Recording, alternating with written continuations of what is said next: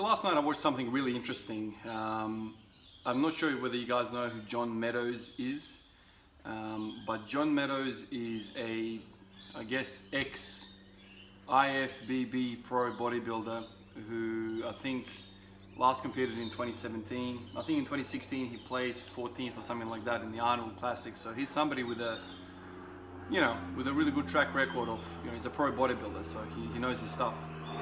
But something's recently happened to him that I found quite interesting. So he's had a heart attack. The man is, I think, around 48, 50 years old, and he put up a really interesting video detailing, his experiences and what really happened on that day. Last week, I think it happened, when he had the heart attack. So check out his video. It's a really interesting perspective from his side. I think people of this kind of celebrity status, when they kind of go through what happened and what they felt and whatever, when they have a medical crisis, I think it's really beneficial for the whole community. Everyone kind of knows what happened to him, and it's not just hearsay. But anyway, so he went on to say that he was doing a workout with a friend. He developed chest pain. He called sternal pain. He tried stretching out. He tried doing all these other things, and then it soon became apparent to him that this wasn't a joke. This wasn't a muscular pain. This was something more severe. Initially, he said to his mate, "Take me home. Like, I think I'm done." And then his mate said, "Are you sure? Should I call the ambulance?" And then they ended up calling the ambulance, rushed him to hospital, and they basically activated what we in Australia call code STEMI, which is basically a myocardial infarction, meaning a heart attack. And so they rushed him to an angio suite. An angio suite is basically I guess you can call it a theater, kind of like a surgery, room where they do kind of angiograms, where they put stents, where they clear out blocked arteries in the heart. And that's how he kind of described it. He said there was about 12 people around him in the room when he came in, and he was given medication there to take away the pain. But essentially, it's a painless procedure where they either go through the wrist with a long wire, if you will, through the artery in the wrist. Sometimes they go through the groin, and they basically funnel their way all the way through to the big artery, which is the aorta, and then they kind of sneak into the coronary artery, and they kind of look for the blockages in that artery. The coronary artery is basically the main artery that feeds the heart blood. So we all know the heart is a pump. It pumps blood around the system, but the heart is also a muscle, and the system that feeds the heart blood, just like any other muscle has blood supply, is called the coronary artery. And so how he explains it is that one of his big arteries had a big blockage, and that's why he had such severe pain. He also said that artery was the left anterior descending artery, which is basically one of the biggest vessels in the heart. Roughly, it feeds around half of the blood supply to the left ventricle of the heart. There are 4 ventricles in the heart, 2 at the top, 2 at the bottom. The left bottom ventricle, there's 2 atriums at the top. The 4 chambers. The 2 at the top are called atriums. The 2 at the bottom are called ventricles. There's 2 ventricles at the bottom, and so the left ventricle, which is the most muscular one and is the one responsible for pumping blood all around the body, so that artery that feeds that muscle, basically half of that blood supply that gets to the left ventricle, was blocked for him, which is really unfortunate. So he had a myocardial infarction of the left anterior descending artery, which is often called a widowmaker. It's called the widowmaker because it often takes the person with that blockage.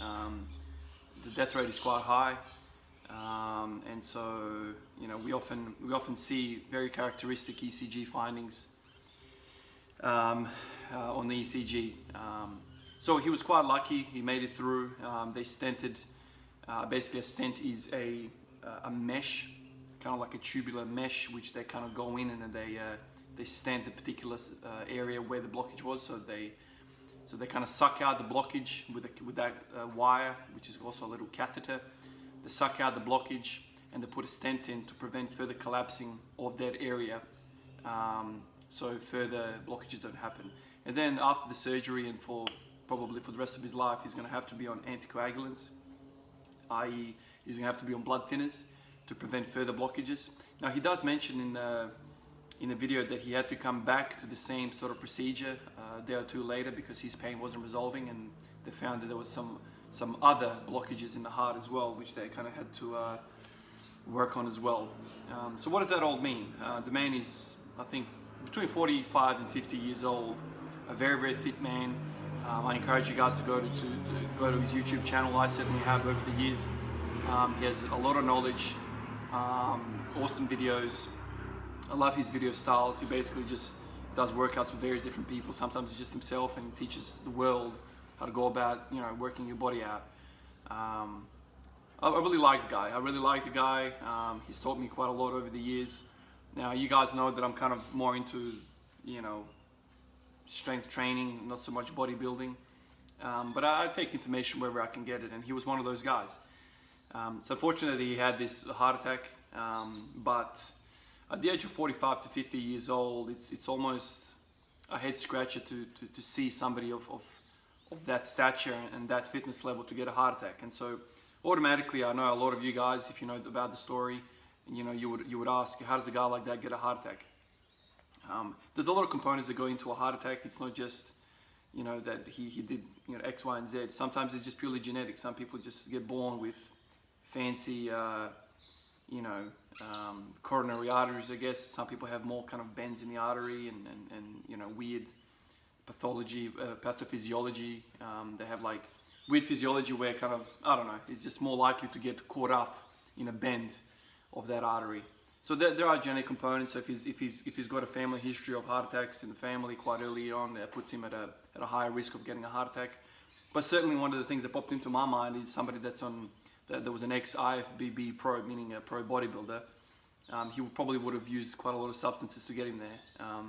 I think it's fairly common knowledge now that if you're on the pro circuit of bodybuilding, you're using steroids. There's no two ways about it. So did steroids cause this? It's impossible to know. We know steroids not only makes your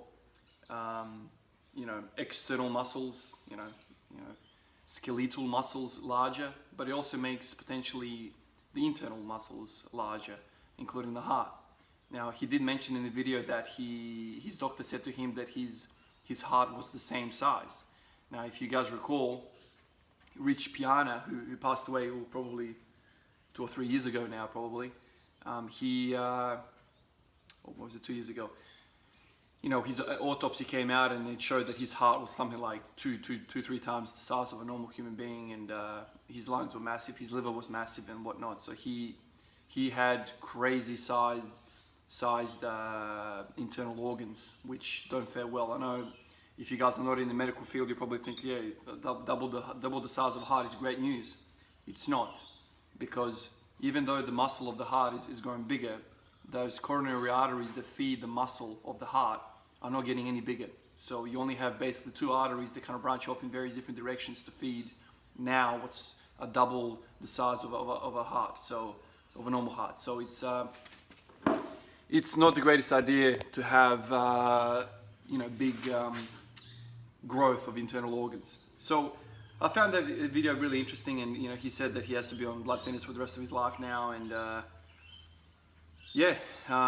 he's 48, 49, whatever he is, and he's supposed to be really fit. Now, what does that mean for him going forward? I'm not sure what his usual routine is with supplementation and whatnot, but if he's on any performance enhancing drugs, it would be highly recommended that he stops that, because now he's going to be on heart medications, probably blood pressure medications, probably as I said, blood thinning medications, and he's going to be monitored by the cardiologist quite closely for at least the next year, and then probably yearly after that. He's now a cardiology patient because he's had that really, really bad event. So He also did mention in the video that he had previous medical issues where he had basically a blood clot to one of his colons. Same thing, so the mesenteric artery, also another artery in the body that feeds, in this instance, the colon. He had a blood clot in that area of his body which feeds the colon, and so he ended up losing a bit of his colon and whatever. He didn't really talk much about that particular incident, but he basically said that he don't know why, but his blood seems to be clotting a whole bunch for whatever reason. Now, one of the other things that I found really interesting in the video is that he said that, you know, the doctor said to him there wasn't a lot of plaque buildup in his arteries. In fact, there was no plaque buildup. It was just the blockage was caused by a blood clot. Now, that's important because if somebody's like really, really unhealthy and eats a shitty diet and whatever, something that a bodybuilder wouldn't have, you know, usually pro bodybuilders have the diet on point. You know, so he didn't have any plaque or what's called atherosclerosis in his arteries. So it was purely the blood clotting over and causing the blockage. And so same thing as the colon, something caused his blood to clot over and caused that infarct or heart attack. So it's not that he had a really bad diet that caused a heart attack. It was purely a blood clotting issue. Now, can steroids and other things influence the blood to clot? I'm not sure. I know that if your liver is not performing really well, your blood can do all sorts of weird things, and it can cause clotting disorders. So it's hard to know. Without reading his medical notes, it will be hard really to know what's going on. But as always, I always say, you know, there's a lot of these incidences where these really, really fit guys in the bodybuilding industry or just in any, you know, performance industry who are getting heart attacks really young in their life. Now, you know, John Meadows looks fantastic. He's not a washed up bodybuilder. He looks fantastic, still trains. I trust he does a lot of cardio, so he's cardiovascularly fit, but he has this event. So I think it's important to not come to conclusions that, oh yeah, because he just abused drugs. That's what it is. You know, if we take him for what he said in the video, and he looked pretty honest, he didn't have any plaque build up in his heart, in his arteries. His heart wasn't massive. One of the telltale signs of steroid abuse is when the heart is just humongous, and these people have a really poor prognosis because you can't reverse that. It just gets worse and worse. Once your heart gets to that size, you end up being really short of breath. Even just walking up the stairs, walking around the gym, you often get, you know, edema, which is basically fluid accumulation to your feet. I mean, these are kind of the later stages of it, but it's not a good sign. So Rich Piana, you know, who's another guy that I spoke about in one of my previous videos, I think it was last year. I don't know how he dealt with that, but his heart was humongous, absolutely humongous. Not only that, but his liver was really bad, and his lungs were really bad. So I don't know, I find it interesting when some of these celebrities, especially in the bodybuilding industry, who's supposed to be really healthy, you know, on the cover because they look so good, but they ended up having adverse events. It's ironic. Now, I like John. I'll continue watching John, you know, especially now that he's had this event, and he seems to be, you know, dealing with some bad things in his life right now. But I hope he pulls out of this really well and continues to train. I just don't know how that is going to go for him now. Does he have to stop, you know, taking some of the supplements that he takes? Now, looking at him right now, he looks to me. I'm not an expert, but he looks to me like he's on steroids because he's so large, and he's so, you know, he's got a low percentage body fat, which is usually one of those things that kind of points to, you know, unnatural supplementation. So anyway, that was the thing that I saw last night, which I found interesting. Let me know what you guys think. Do you guys think that he's on the juice? Do you think he's not on the juice? I certainly think he could be on the juice just because of his physique. His physique looks very, very, very big. Yeah, with a low body fat percentage. Usually it's a given. But yeah, the reason I found it interesting is because he's supposed to be a fit guy, and he got a heart attack. So it could be all kind of coincidence that he's got some blood clotting disorder that we don't know about, but it could also be driven by some of the things that he's doing to himself. So, all right.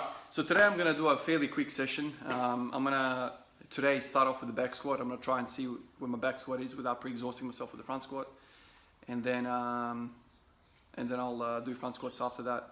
So hopefully it goes all right. I haven't done back squats straight off the bat for a while. Let's see how it goes.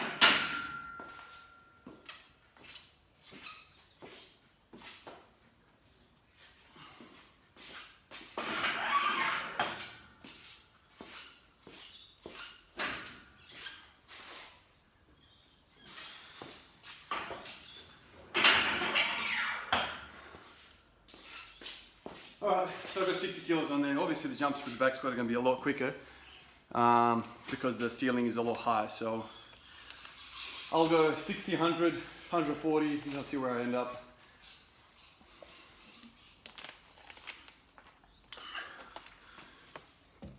You'd think so that when somebody dedicates their whole life to training, they will have a kind of like a better life as they grow older.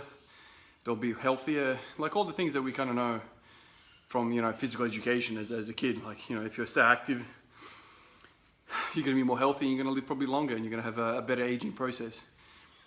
As I've said, I think it's ironic that these guys who are supposed to be the celebrities of the very thing we're talking about end up having earlier health problems than somebody that sits on a couch and drinks beer.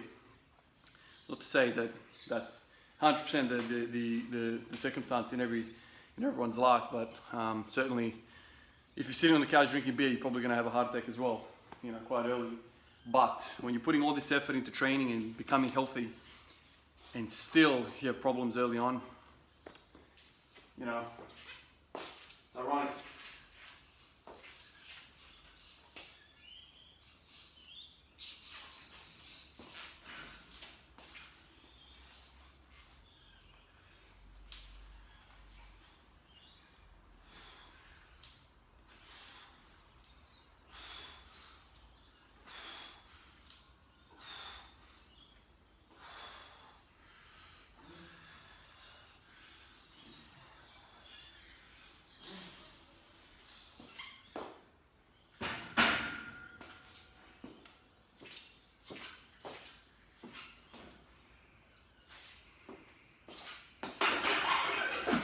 All right, 100 down.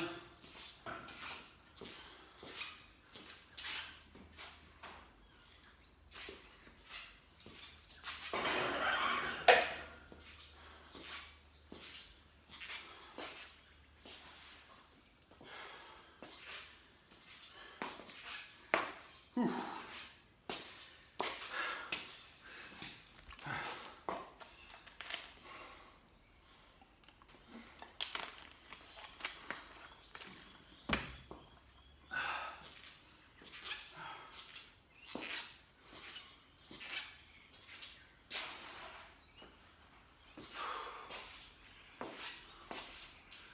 I'll hit 100 for 10 as well, and I'm really trying to put some, you know, good quality reps in the build-up sets. You know, previously I've been doing really low reps in the warm-up.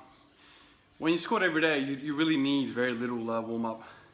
You know, you've had 7 days off between squat sessions, and it's like, oh my god, this movement is so foreign. But because I squat every day, it's kind of like whatever. However, having that said, I still feel like when I put in some of these reps, kind of like if I wasn't squatting every day, I feel a lot better. I feel kind of like lubricated in the joints, especially the hip. I get in the hole a lot quicker, a lot better, more comfortable. And I feel like that translates better to positioning, obviously. and you can kind of bounce out of the hole a lot better than if you're stiff and kind of worried about range of motion.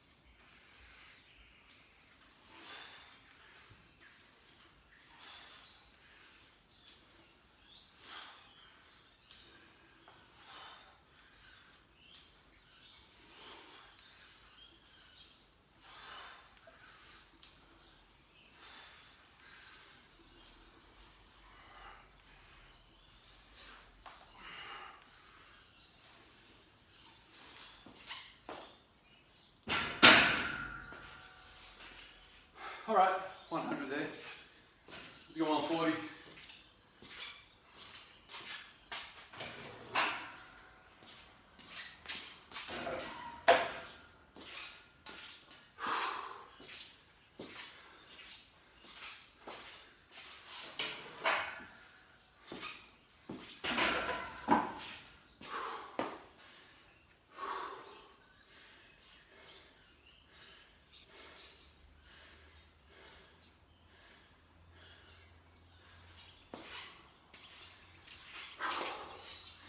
Now, having said all of that about John Meadows, I think I want to be clear that I don't think he takes a shit ton of things.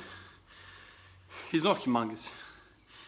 I think there are the top bodybuilders are just on stupid doses. John Meadows looks big, but he's not humongous. So, and the fact that he's got a normal sized heart tells me he hasn't abused the drugs. He's probably on some testosterone or something like that. You know, he's not natural, but I think he's been smart. I think, judging him by the fact that his heart's normal size and he doesn't have too much shit in his veins. However, you know, when you take stuff, you always wonder: is it this? Is it that? You know, I certainly would never consider even taking a little bit, because I don't want even a little bit of a risk, added risk. There's a lot of heart disease in my family. So if I was to put some more stuff in my veins, you know, who knows what would happen and at what age. Health has to be number one, man. Has to be. All this other stuff, man. Whatever.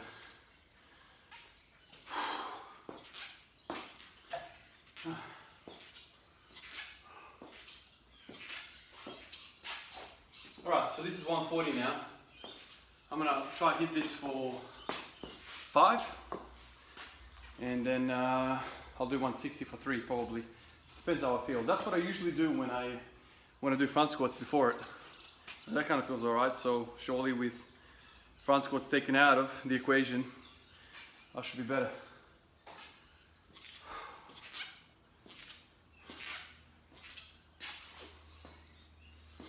Alright.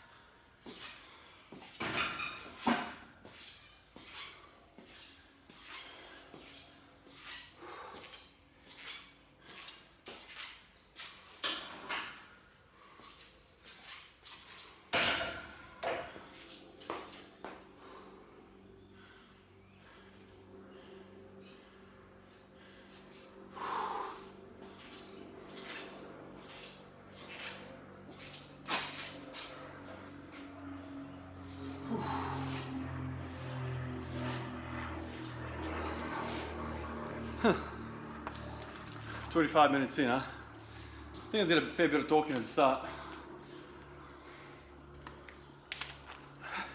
Every time I do back squats, I always feel like I'm tipping forward when I got Olympic weightlifting shoes on. I feel like all of my pressure, foot pressure is on my toes, the balls of my feet. So I think I have to just concentrate on leaning kind of like backwards. You know, get the foot pressure more on the heel. Because you can imagine if you're on your tippy toes, you know, you start pushing up, the first thing that's going to happen is you're going to put your bum back. Whereas if you're on your heels, you're kind of more upright. Use your quads more. That's what it feels like, at least for me.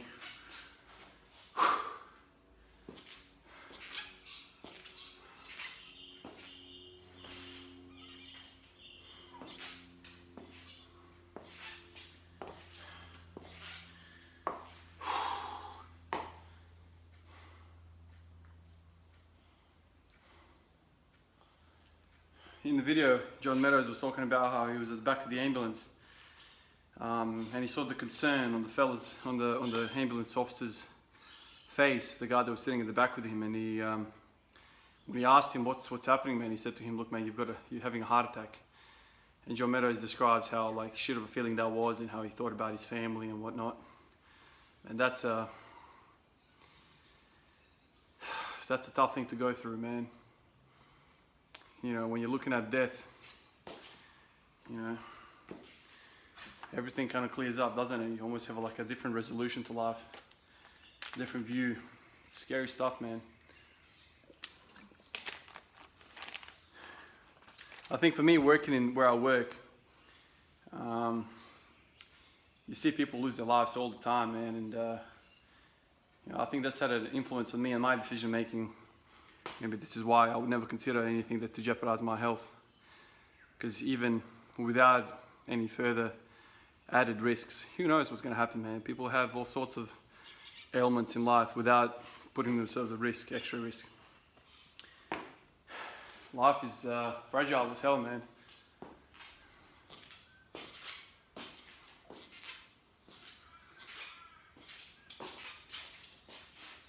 All right, let me hit this for 3. And then we'll know where we're at today.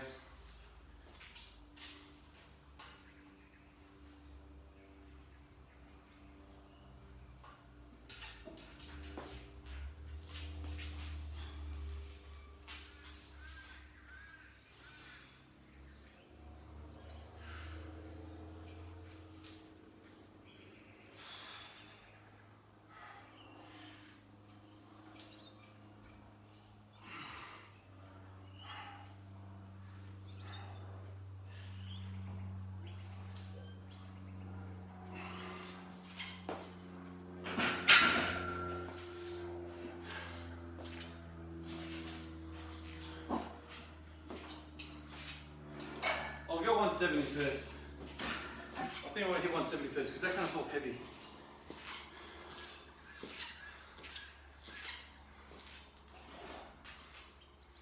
Like I know I'm strong enough to lift it, but the nervous system is probably getting more adapted to high rep stuff now. So I think I need more of a primer leading up to 180 and above. So I'll hit 170, kind of like a bridge before I hit 180, just to feel that for 1 rep. And then we'll go from there.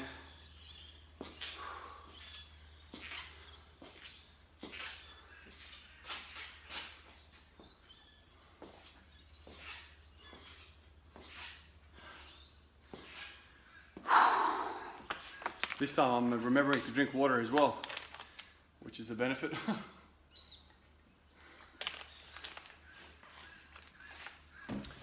Oh shit. I think a lot of people on the net, especially YouTube, are gonna probably criticize John Meadows for like being a drug abuser, this, that, the other, whatever. I can just imagine where people are taking this, oh, it's because of steroids, blah, blah, blah, it's because of this, because of that. You know, I think we need to give him benefit of the doubt. Like, you know, if the man generally has a clotting disorder, it doesn't really matter what he's on. Like, that's what's caused it. So The only reason I brought it up in this video is because I found it interesting. You know, a fitness guy having an early heart attack is always interesting, right? You know, you have to think about it, you have to kind of work it out in your own mind, your own conclusions. My conclusion is that even if he was taking anything, certainly wasn't a help for him.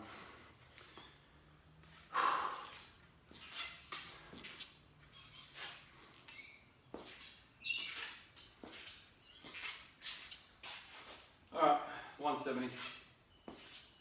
Let's pop this up nice and quick.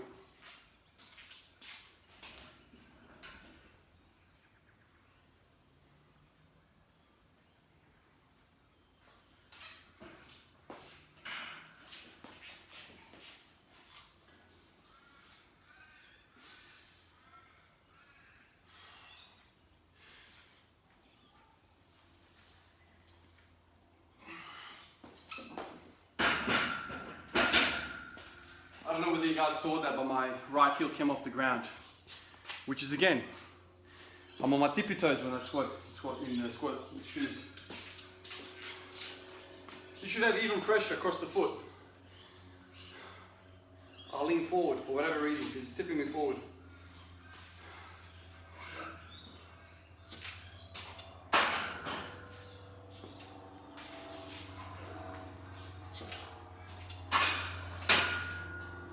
Alright, let me get a 20 on this.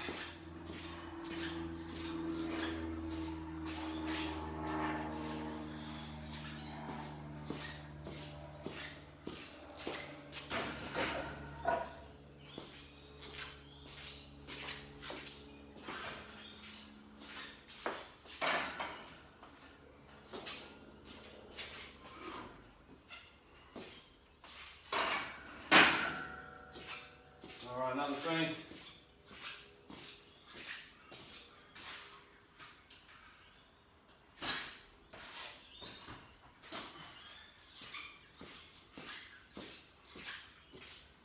Alright, that's 180.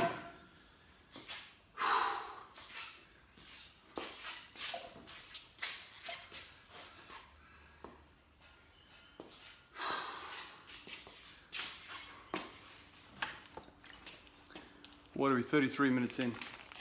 I think I'm not going to include the front squat portion of the workout because it'll probably take too long. So I'll just show you guys what I do with this. Hopefully I can hit higher than 180 today.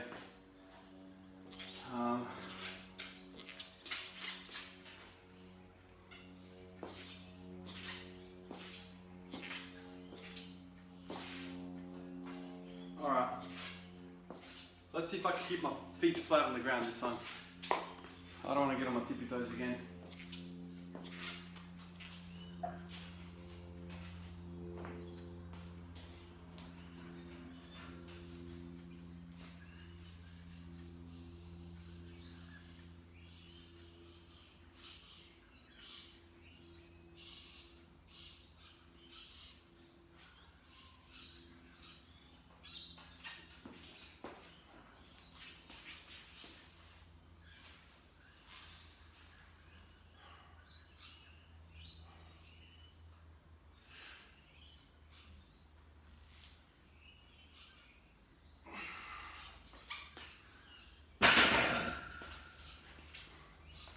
Yeah, I'll keep it there. There's no point. It didn't really move with fire, so I reckon I'll stop it there. Do some front squats now and call it a day. I don't have too much time to train today. I've got things on, so yeah, any session is a good session, I guess. I'll catch you in the next one, guys. Cheers.